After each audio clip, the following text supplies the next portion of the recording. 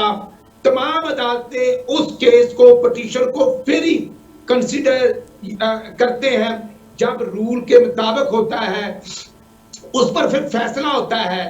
اگر آپ بات کریں گے، میں سمجھتا ہوں پی پی 133 میرا ہی حلقہ تھا، شاہ کوٹ، تو وہاں پر الحمدللہ نوٹیفیکیشن میرا ہی ہوا تھا، جس کو ایک آنریبل جج لاہور ہائی کورٹ نے سسپینڈ کر دیا، اور اس کے بعد اپیل میں ہوں یا کوئی اور ہو تو اس کا رائٹ تھا، دونوں پارٹیاں گئیں۔ جب میرا ہی پی پی 133 میں رانا محمد ارشد جو ہے وہ ڈکلیئر ہوا تھا، اور حقائق واضح تھے کہ اس پر ای سی پی نے کمیٹی بنائی، اور وہاں پر جو رانا محمد ارشد کے ووٹ تھے 45 فارم میں، وہ محمد ارشد اور دوسرے آزاد کینڈیڈیٹ کو ڈال کر وہاں میرے رزلٹ کے آگے 0 ڈال دیا گیا۔ اس کو چیلنج کیا، اس پر کمیٹی بنی، اس کو دیکھا، اور جو ووٹ تھے ان کی ری کاؤنٹنگ بھی ہوئی، چیک بھی ہوا، تو جو میرا نوٹیفیکیشن سسپینڈ ہوا تھا وہ بحال ہوا ہے۔ کوئی نیا قانون یا نئی چیز صحیح، آپ کا پوائنٹ ہو گیا۔ اسی طرح دیکھتا ہوں عبد الرحمان کانجو صاحب، یاسر نارا صاحب ہیں، ان کی ری کاؤنٹنگ ہوئی قانون کے مطابق، ڈسکشن ہوئی، اور وہاں پر دونوں سائڈوں سے حامد خان صاحب پیش ہوتے رہے، اور بار کے پریزیڈنٹ جو ہے شہزاد شوکت صاحب، سردار تیمور اسلم، نیشنل بھون صاحب، دونوں جو سینئر وکلا تھے وہ پیش ہوتے رہے، 3 ججوں نے ہیئرنگ سنی، اور اس کے بعد میں سمجھتا ہوں علی گوہر صاحب ہمارے ایم این اے الیکٹ ہوتے ہیں، ان کا تو ابھی تک نوٹیفیکیشن نہیں ہوا، اس کے خلاف کورٹ میں سٹے دیے ہوئے ہیں۔ صحیح رانا صاحب، آپ کا موقف آ گیا، وہاں ہونی چاہیے، اور قانون کے مطابق بالکل صحیح۔ ڈاکٹر صاحب یہی سپریم کورٹ ہے، جب پی ٹی آئی کے خلاف فیصلہ آتا ہے تو ہم نے دیکھا ہے کہ پی ٹی آئی نے ججوں کو کرٹیسائز کیا ہے، جب دیگر جو سیاسی جماعتیں ہیں ان کے خلاف فیصلہ آتا ہے تو اسی کورٹ کو، انہی ججز کو انہوں نے بھی کرٹیسائز کیا ہے۔ وہ ججز آخر جائیں تو جائیں کہاں؟ مطلب اتنی تو ٹالرنس پارٹیز کے اندر آنی چاہیے کہ ایک فیصلہ اگر ان کے خلاف آ گیا ہے تو اسے ایکسیپٹ کرے، اور جو ججز کا جو کنڈکٹ ہے اور ان کی جو انٹیگریٹی ہے اس کے اوپر تو سوال نہیں کریں۔ دیکھیں شیخ صاحب، ایک بات تو یہ ہے کہ ججز کے اوپر براہ راست تو بالکل بھی بات نہیں ہونی چاہیے، فیصلوں پر آپ آزاد ہوتے ہیں تنقید کے لیے فیصلہ آنے کے بعد، لیکن یہاں یہ صورتحال بالکل مختلف ہے۔ یہاں پر صورتحال یہ ہے کہ عرصہ 2 سال سے جو ہے وہ پہلے نگران حکومت تھی، اور اب پاکستان مسلم لیگ نون یا پی ٹی ایم 2 کی حکومت ہے، اور یہ بار بار ججز خود کہہ چکے ہیں کہ ہمیں پریشرائز کیا جا رہا ہے۔ وہ 6 ججز کے خط وہ آپ دیکھ لیں، اس کے علاوہ ججز کے آپ جو بھی پچھلے، میں ان کا نام نہیں لینا چاہ رہا محترم جج صاحب کا، کہ جو کچھ بھی انہوں نے کہا جی کہ کہا میرے بہنوئی کو، اور کس طرح میرے پیچھے کیمرے لگا دیے گئے، اور اس طرح کی باتیں جو ہو رہی ہیں، میں سمجھتا ہوں کہ اس کا پی ٹی آئی سے کوئی تعلق نہیں ہے، بلکہ یہ پی ٹی آئی کو دبانے کی خاطر یہ سب کچھ ہو رہا ہے۔ تو یہاں تو اس وقت حق کی آواز اٹھانا ہی بڑا مشکل ہو چکا ہوا ہے، اور یہ پتہ ہی نہیں چلنے دیا جا رہا کہ حق کیا ہے اور سچ کیا ہے۔ ابھی رانا صاحب موصوف فرما رہے تھے، ٹھیک ہے ان کے بارے میں جو عدالت نے فیصلہ دے دیا ہے، یہ خوش ہیں، یہ سلامت رہیں، لیکن میں آپ سے یہ ضرور عرض کرنا چاہتا ہوں کہ پاکستانی میڈیا نہیں، بین الاقوامی میڈیا نے شیخ صاحب یہ رپورٹنگ کی ہے کہ 8 فروری 2024 کو ہونے والے انتخابات کے نتیجے میں جو فارم 45 سے جو 47 بنا ہے، اس میں بے انتہا دھاندلی ہوئی ہے، بے انتہا، بلکہ اس میں ایسے بلنڈرز اور ایسے شگوفے اس میں ہیں کہ یقین کریں کہ بطور ایک مدبر آدمی کے جواب دینا مشکل ہے۔ اس کا مذاق بنا کے رکھ دیا گیا پاکستان کا۔ اور جو چیف الیکشن کمشنر کے بارے میں جو کمشنر راولپنڈی موصوف نے جو فرمایا تھا، جو بیچارے پتہ نہیں ابھی کہاں پر ہیں، لاپتہ ہیں یا کہیں چھپے ہوئے ہیں، دبے ہوئے ہیں، چھپایا ہوا کسی نے ان کو، تو وہ سب کے سامنے ہے کہ لوگ پاگل تو نہیں ہیں، بیوقوف تو نہیں ہیں لوگ۔ تو جو صورتحال 8 فروری 2024 کے انتخابات کے ساتھ کی گئی، وہ انتہائی شرمناک اور انتہائی اخلاق سے جی ٹھیک ہے ڈاکٹر صاحب ٹھیک ہے آپ کا موقف آ گیا. چیف الیکشن کمشنر اس کے خلاف خود ایکشن لے لیتے پھر تو ٹھیک تھا, لیکن جب وہ ایکشن نہیں لیں گے تو پھر آپ بتائیے نا کہ کسی نے تو عدالت میں ہی جانا ہے نا, عدالت کو جا کے استدعا کر رہی ہیں, ان کو اس میں بھی اعتماد نہیں ہو, کہتے جی آئین یہ کہتا ہے. میں یہ سمجھتا ہوں کہ آئین کی آڑ میں پی ٹی آئی کو ٹیکنیکل مارنا چاہ رہے ہیں, خواہ وہ مخصوص نشستوں کا معاملہ ہو, خواہ وہ کوئی فارم 47 والا معاملہ ہو, خواہ وہ کوئی اور معاملہ ہو. بالکل تو صحیح. اس میں آپ اگر ٹیکنیکل آئین کو اپنی مرضی کی تشریح اور ایک تصویر دیتے ہوئے جی رانا صاحب, ٹیکنیکل مارنا, جی رانا صاحب پلیز ریسپونڈ. میں یہ عرض کرنا چاہتا ہوں, جب کوئی بات کرتا ہے کہ مسلم لیگ نون پنجاب میں گورنمنٹ میں ہے, مرکز میں ہے اور پیو پارٹی سندھ میں ہے, تو وہاں کیوں بھول جاتے ہیں کہ خیبر پختونخوا میں بھی پی ٹی آئی کی گورنمنٹ ہے, تھرڈ ٹائم ہے, اور وہاں پر بلین ٹریز کے سکینڈل بڑے, وہاں پر احتساب کمیشن کو بند کر دیا گیا. ہم نے پنجاب کے اندر, میں خود کیبنٹ ممبر تھا, پنجاب کے اندر ہم نے لاہور میٹرو بس, ملتان اور راول پنڈی ہم نے 100 روپے میں بنائے, اور پشاور میٹرو بس جب وہ 125 ارب میں بنی, اور آج بھی اس کا حال دیکھ لیں کہ وہاں پر کیا کچھ نہیں کیا گیا, تمام تر کرپشن سب کچھ نظر آتا ہے. اب وہاں پر آپ کا بہادر بیٹا ملک عزیر لیفٹیننٹ شہید ہوتے ہیں, اور وہ 9 اگست کو زخمی ہوتے ہیں, جو وہاں پر کالدم تنظیموں کے لوگوں کے ساتھ 3 نوجوان شہید ہوئے, لیفٹیننٹ زخمی ہوئے, تو اللہ کو پیارے ہو گئے. مجھے اتنا افسوس ہوا کہ وہاں کی جو نماز جنازہ پشاور میں پڑھایا گیا, وہاں کے منسٹر, ایم این اے, ایم پی میں سے ایک آدمی بھی اس نماز جنازہ میں شامل نہیں ہوا, اور وہ اٹک کا نوجوان تھا, 24 سال اس کی عمر تھی, اس کی ماں بہن باپ جو ہے وہ پاکستانی نہیں ہے. یہاں تو میں سمجھتا ہوں کہ وتیرہ ہی انوکھا ہو گیا, جو خود کرتے ہیں, جو اسلام آباد ہائی کورٹ سے ریلیف ملتا ہے, بعد میں انہی ججز کے خلاف جوڈیشل کمیشن میں چلے جاتے ہیں. بھئی مجھے نہیں اعتراض, لیکن یہاں پر تو جب نیازی صاحب کی گورنمنٹ تھی تو سپریم کورٹ کے ججز کو کس طرح ان کی فیملیوں کو گھسیٹا گیا, ہم وہ کام نہیں کرتے. لیکن میں یہ ضرور کہتا ہوں کہ عدلیہ کو اپنا رول پلے کرنا چاہیے. عدلیہ کو یہاں جو افواج پاکستان کے بیٹے ہوں یا میں سمجھتا ہوں عام شہری ہوں, میرے لیے سب قابل احترام, لیکن ہم کیوں بھول جاتے ہیں کہ آج جو ریٹائرڈ جنرل فیض کے خلاف انویسٹیگیشن ہونے کے بعد جو شواہد ملے ہیں, تو وہ آیا پی ٹی آئی کا حصہ نہیں تھے, اور آفٹر ریٹائرمنٹ وہ ان کے ساتھ نہیں بیٹھتے تھے. کتنے زور سے کہا جاتا ہے 9 مئی کے واقعات, نیازی یہ کہتا ہے کہ میں نے کہا تھا کہ کور کمانڈر آفس اور جی ایچ کیو کے باہر بیٹھنا ہے. بھئی کیوں بیٹھنا ہے؟ ذوالفقار علی بھٹو کو سزائے موت دے دی جائے, 12 اکتوبر 1999 کو نواز شریف کو پکڑ لیا جائے, 2017 میں نواز شریف کو بیٹے سے تنخواہ نہ لینے کے جرم میں نکال دیا جائے. ہم تو نہیں جناح ہاؤس پر حملہ آور ہوئے, ہم نے تو نہیں مودی اور امریکہ صحیح رانا صاحب آپ کا موقف آ گیا ہے. ڈاکٹر صاحب یہ حملہ کرنا اور سوشل میڈیا پر تضحیق کرنا, یہی پی ٹی آئی کا وتیرہ ہے.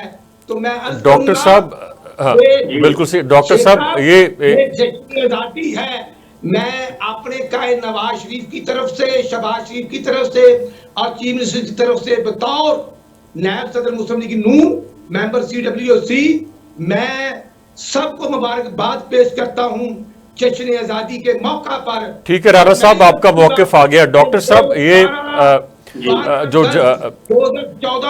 سابق ڈی جی ایس آئی فیض حمید صاحب کا جو ٹرائل ہونے جا رہا ہے, کورٹ مارشل ہونے جا رہا ہے, اس سے ایک ایٹ لیسٹ ڈٹرمینیشن اور ایک موڈ سامنے آیا ہے.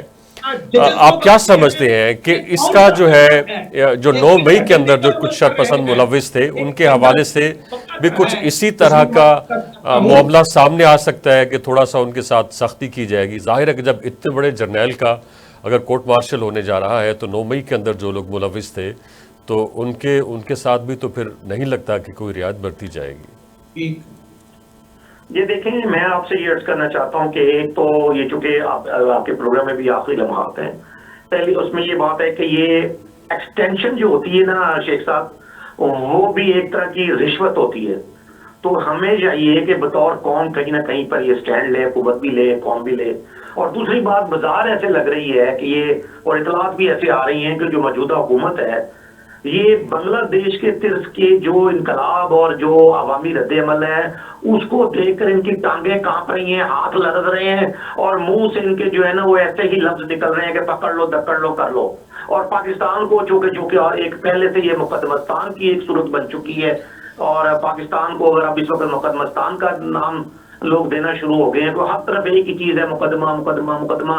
آپ ٹی وی چینل آن کریں تو مقدمہ، آپ اخبار اٹھائیں تو مقدمہ، آپ واٹس ایپ دیکھیں تو مقدمہ، فیس بک دیکھیں تو مقدمہ. ڈاکٹر صاحب وہ سلسلہ کوئی ابھی تو نہیں شروع ہوا، وہ پچھلے جو آپ کا دور حکومت تھا پی ٹی آئی کا اس دوران بھی اسی طرح سے مقدمے بازی ہوتی تھی. شہباز شریف، نواز شریف اور باقی جتنے بھی لیڈرز تھے مختلف سیاسی جماعتوں کے اسی طرح سے مقدمات کا سامنا کر رہے تھے. معذرت چاہتا ہوں میں آپ سے معذرت چاہتا ہوں شیخ صاحب. ایسے مقدمات جو آج یہ پاکستان جو 2 سال میں جس چیز سے گزر رہا ہے، یہ تو پاکستان کی ہسٹری میں اس طرح کے مقدمات اور اس طرح کی چیزیں کبھی نہیں ہوئی ہیں. ابھی آپ شیر رشید صاحب کی وہ دیکھیں نا کلپ ان کی، جس میں انہوں نے کہا ہے کہ جی یہ میری گھڑیاں جوتے تک اٹھا کر لے گئے ہیں، پتہ نہیں کس کس کے گھر کے کس نے کیا کیا اٹھا لیا ہے. یہ تو ایک تماشا بن چکا ہے. دیکھیں شیخ صاحب میں آپ سے بہت ایک نازک بات کہنا چاہتا ہوں. مقدمہ ایک بہت بڑی چیز ہے، دنیا میں بیماری سے بھی اوپر کوئی چیز ہے تو وہ مقدمہ ہے. تو پاکستان کو مقدمستان اس کو معمولی سمجھ لی ہے، لوگوں کو غلط طریقے سے اسے ملوث کر لینا، ان کے ریمانڈ مانگ لینا، ایک ہی بندے پہ 200 مقدمات کر لینا، ایک بندہ اگر ضمانت رہتا ہے دوسرے مقدمے میں گرفتاری ڈال دینی. صحیح ڈاکٹر صاحب آپ کا موقف آ گیا، ہمارے پاس صرف 1 منٹ ہے. رانا صاحب 1 منٹ ہے ہمارے پاس، پلیز ریسپونڈ. شیخ صاحب میں یہ عرض کروں گا، کور کمانڈر آفس پر حملہ کرنا، وہاں ڈاکٹر یاسمین راشد صاحبہ اور جو خواتین ہیں ان کی ویڈیو گواہ ہیں، اور یہ کیسی بات کرتے ہیں کہ وہاں پر جو آرمی کی وردی لہرائی گئی اور کور کمانڈر کے گھر میں فیملی تھی، توڑ پھوڑ کی گئی، سامان اٹھایا گیا. یہ کام تو دریندر مودی اور راہ کے ایجنٹ نہیں کر سکے تھے. یہ آپ کا میاں والی air base Sargodha G H Q پر حملہ تو وہ نہیں کر سکے تھے. اور ان کی ٹانگیں کانپتی اس لیے ہیں کہ یہ نیازی کا جو فیورٹ لیڈر تھا، اس نے کہا تھا کہ وہ شیخ مجیب الرحمان ہے. بھئی شیخ مجیب الرحمان تو پاکستان کا غدار تھا، اور وہاں اس نے جو مسلط کیا ہوا تھا 350 لوگوں کو شہید کر دیا. یہی عمران نیازی چاہتا تھا کہ 9 مئی کو شہادتیں ملیں، لوگوں کو ورگلایا گیا، اور وہ جو وزیر آباد والا حملہ اس نے خود ہی کروایا، اور وہ پٹیاں باندھ کر ڈرامہ کرتے رہے. وہاں پر ایک راہگیر اللہ کو پیارا ہو گیا، نیازی کے گن مین کی گولی سے اس مظلوم بچوں کی بھی دعائیں. بالکل صحیح رانا صاحب آپ کا موقف آ گیا. آج میں کہتا ہوں ہمارے پروگرام کا وقت ختم ہو چاہتا ہے. یہ تھا ہمارا پوائنٹ آف ویو. اپنے پوائنٹ آف ویو سے آگاہ کرنے کے لیے وزٹ کیجیے ہماری ویب سائٹ tvtoday.com. دیکھنے کا بے حد شکریہ.